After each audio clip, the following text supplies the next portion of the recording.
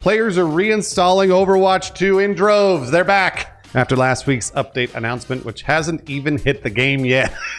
Welcome to Inside Games Daily, the only gaming news show brave enough to wonder how long they'll stick around. Yeah, we're cynical about Overwatch here on Inside Games, but it seems like what I had hoped for is happening. The people who like it are over there liking it, and they can stay over there liking Overwatch all they want. That's great. I'm very happy with them.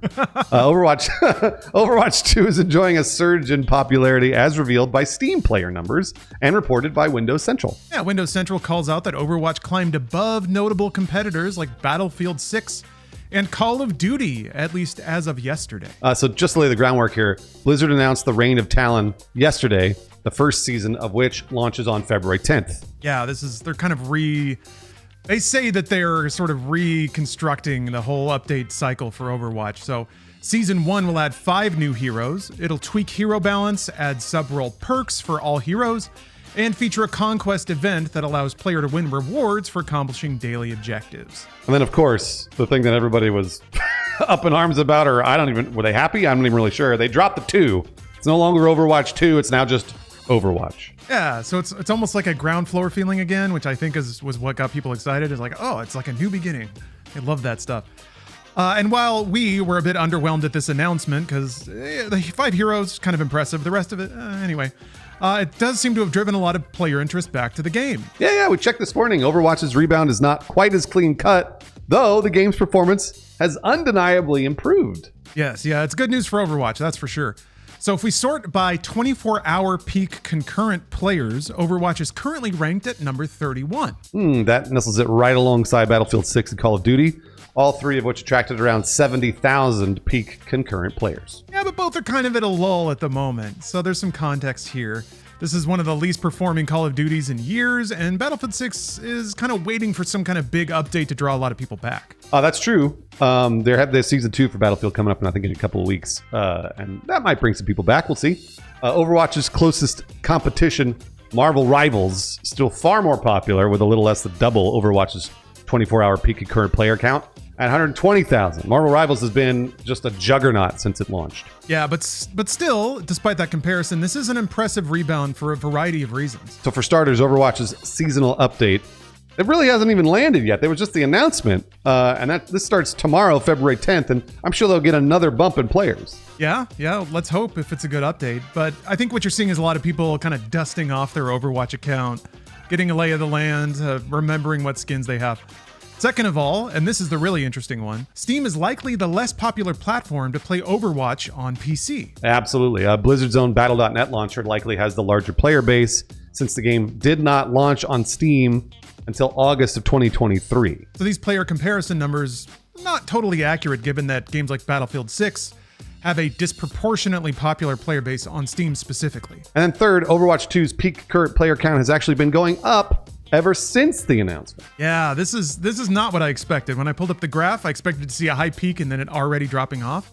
But no, Overwatch 2 hovered around the mid 30K range in terms of peak concurrent players for the past few months, but that changed. Yeah, the peak concurrence rose day after day since the announcement we reported on, from 57,000 to 58,000 and then 64,000 to 69,000. Nice over the weekend. Yeah, so it seems like what we can tell, players aren't installing the game, playing it for an hour, and then walking away entirely, or the update is making the rounds, or the news of the update is making the rounds, and more players are installing the game to check it out. Even though, again, like we said, still not here yet. Yeah, so despite all of this, the game still has a mostly negative user review rating on Steam. Recent reviews are mixed, but I mean, they haven't released the update. So once that update comes out, there's going to be a lot of reviews. We don't know if they'll be positive or negative because we don't know what the update's going to be. But I'm sure that that's going to bring in an influx of Steam reviews. Absolutely. Just more context for the Steam review rating. A lot of those negative reviews are citing a lot of the things that we complained about in our last coverage of Overwatch, namely the kind of vestigial sequel branding, the dropping of any PvE content, and just the kind of like over tinkering with the game systems. A lot of people are unhappy about that, and a lot of that sentiment has converted into reviews. So it'll be really, really interesting once this update actually launches to see what the reviews are, what the player numbers are, and I think most importantly, how it looks over the next week after this review is in players' hands. This is a really interesting example of a game that, since it's now on Steam and has been since 2023, I think when it launched in 2023 on Steam, they obviously got the big spike and then sort of died. And I want to say 30,000 is probably the very bottom. So like, there's kind of nowhere to go but up, unless the game is fully dead, which it's not, because they're releasing updates. So then, once you start to read about these updates and your friends start talking about how we need to go back to Overwatch or whatever, then you go straight to Steam. I'm betting, I'm one of them, that if people are going to hear all these new updates, you're going to leave Battle.net, and then go to Steam. I for sure am going to do that if I end up playing Overwatch in the next few weeks. Like, I played it on Battle.net for years. I'm not going back. Like, I'll just go on Steam and be like, let's just use it that way, because I don't want to go through Battle.net. Nobody does, I don't think. So it's a really interesting example of, I think, actually, Blizzard is bringing people over from Battle.net to Steam. I'm not saying that to negate the numbers they got. But I don't know if they're new players. They may just be people ported over from Battle.net. That's a really good point. I didn't even think about that. Yeah, the player growth could be lapsed players that don't want to reinstall Battle.net because they've decided to stop playing for a couple years. Yeah, I think we were both in the same boat, and I agree. If I were to play Overwatch, emphasis on the were, it would be through Steam, because I don't want to reinstall Battle.net. That's annoying.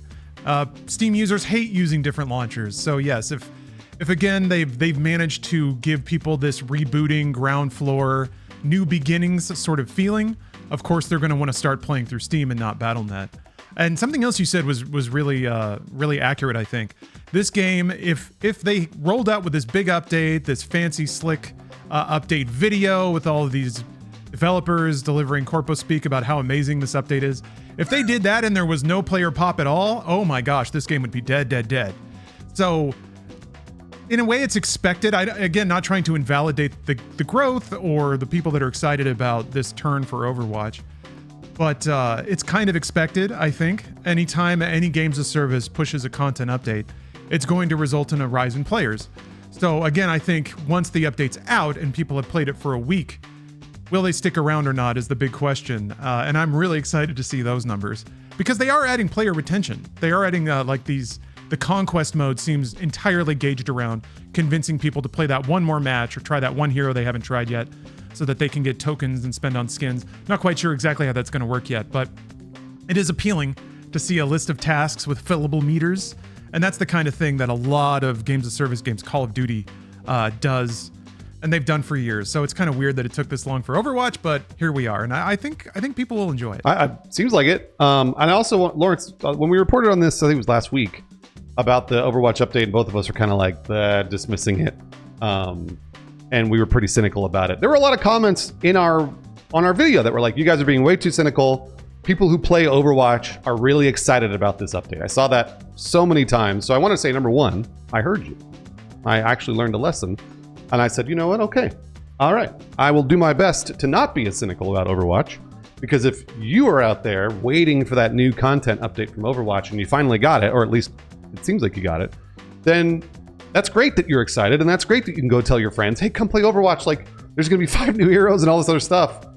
That doesn't sound like fun to me, but if you are into it and you're bringing other people over and Overwatch is actually back, in quotes, that's great. I'm excited for you. So I apologize if we sounded too cynical and we yucked your yum. I don't want to do that. I want you to be excited about Overwatch, and I heard you. I understand it's a bummer if you're really excited about something and the rest of the world isn't. Speaking only for myself here, I'm kind of burned out on PvP games as service in general, because the mush of, I don't know, I just don't trust them. I don't trust them to be honest. I don't trust that any PvP game is going to deliver a clean, unobscured, competitive experience. There's too much incentive to mess with everything behind the scenes, to fudge the matchmaking, so that, I don't know, you get paired with somebody that has an epic skin that you just looked at in the store. Or because you're on a losing streak, now they're going to feed you an easy match or something like that.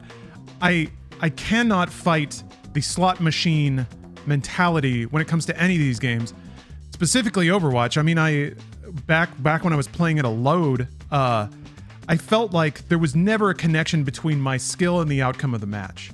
And I'm sure that this is team sports dating back years. League of Legends, man. The second anything goes wrong, everyone blames that person, and that's the reason we lost, and people throwing matches and stuff. Same thing happens in Overwatch. Really, it's just like the worst part of PvP games is playing them with other people. But the systems built behind these things that are tuned to get money out of you versus give you satisfying matches. That's, to me, the difference.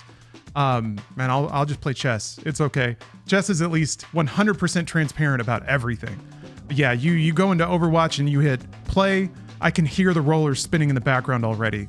Are they going to give me 777s, or am I going to get one lemon and nothing else? It's always the lemon, man. They feed you as many lemons as you can take, and they have all the data about player behavior to feed you just as many lemons as you'll tolerate. That's really what it is yeah, any of these games, it feels like they push it right up to my level of tolerance, and that's not why I play games, to be tested. You know, it's interesting, Lawrence, because I'll tell this story. I told this story many times on content, but I'm going to tell it again. You're describing skill-based matchmaking. Skill-based matchmaking it happens in every PvP game.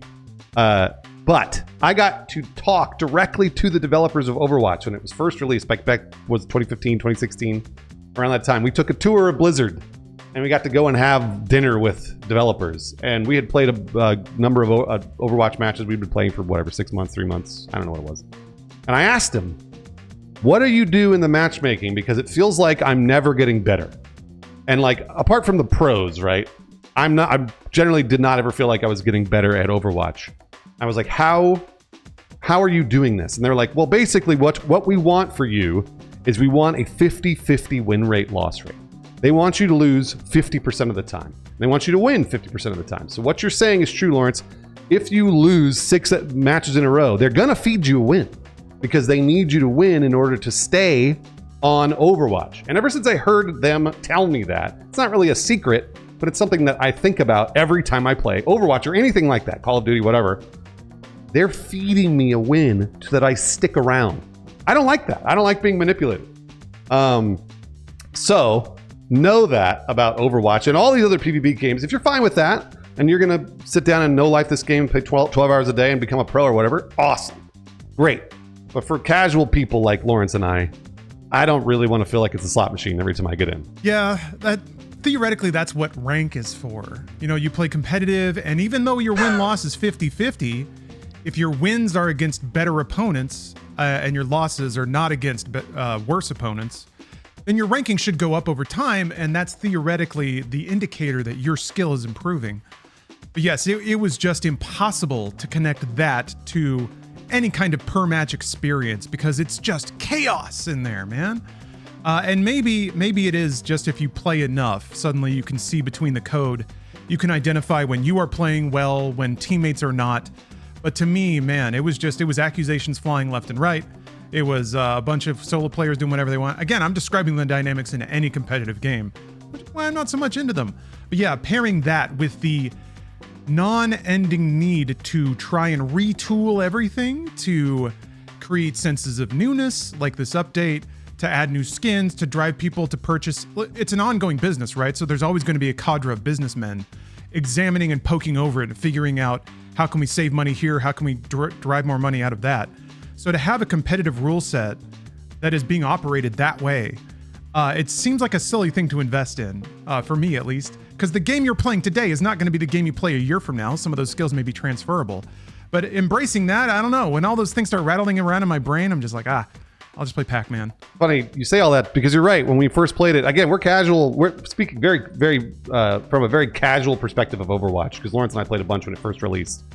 Later on, when they released Overwatch 2, I played quite a bit for a few weeks because they had a scoreboard. They had added a scoreboard so that if people were, there were no longer accusations because before they didn't have a fucking scoreboard. So you had no idea if the healer was actually healing, and you had no clue if like the people were actually, getting kills, DPS getting kills. But the scoreboard, that told me that I was doing good or bad according to my own metrics. And again, me being a casual, I at least was like, well, thank God they added that. So if they keep doing things like that, trying to keep casual players around for Overwatch, it's going to get better and better. So I'm excited for the people that are going to be no-lifing Overwatch here in the next few weeks. If only they could go mega casual and just find a way to do PvE content. all I want. And you know what? If they did that, I might actually get so jazzed up on the character I'm playing that I could go crazy and decide to play PvP. But until then, yeah, Helldivers for me. Hey, thank you all for watching our coverage of Overwatch. Some of y'all have been watching us longer than Overwatch has existed. That's a hell of a thing to think about. If that's got you feeling some type of way like me, then maybe check out our Patreon. We post all our content there for free with free memes on the internet. We're the only people to do it, so please check it out. A few very special patrons have carved out some money out of their loot box budget to support us directly, and we'd like to shout them out now. So thank you very much, Ryan Daraberry, Jose Diaz, Chilled Monkey Brains, J. Raluark, and Pablo Garcia for healing us, even though we didn't even have to spam the "I need healing" line. And that's just a real saint on the battlefield. So thank you all very much.